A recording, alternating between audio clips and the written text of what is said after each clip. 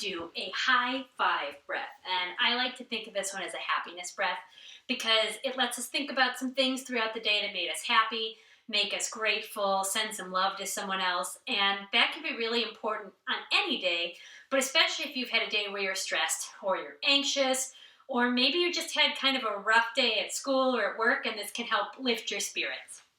So, when we give someone a high five, it's usually because they did something awesome, or we did something awesome, or we both did something great.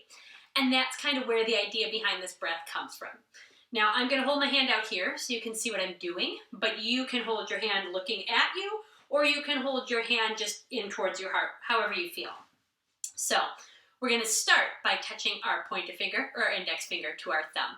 And we're going to think of something today that made us happy. Even if the day was challenging, there's probably one thing that made you happy. Maybe you got to have one of your favorite foods. Maybe you got to see the sunrise. Maybe you got a nice note or an email from a friend or a coworker. So whatever it is, think of that one thing that made you happy, or many things. Take a breath in and let it out. Good job. Now remember, we want to sit up nice and tall when we're taking these breaths as well, and let them go all the way down to our belly, a nice big deep abdominal breath.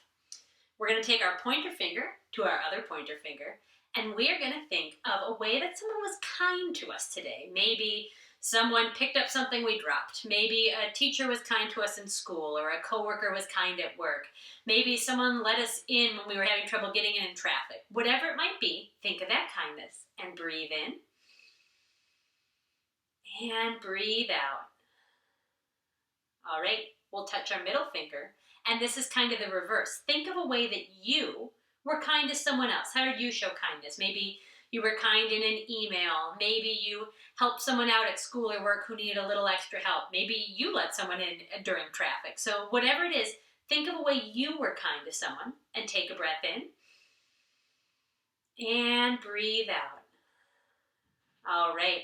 Now we're going to touch our ring finger, and we are going to think of one thing we're grateful for today. What might you be grateful for? Maybe you had food and shelter, and that's the one thing you think of today that's you're grateful for. Maybe you're grateful for your family or a specific friend or person in your family. Maybe you're grateful for a boss or a teacher who helped you out. Whatever it is, think of something that you can be grateful for. Breathe in and breathe out.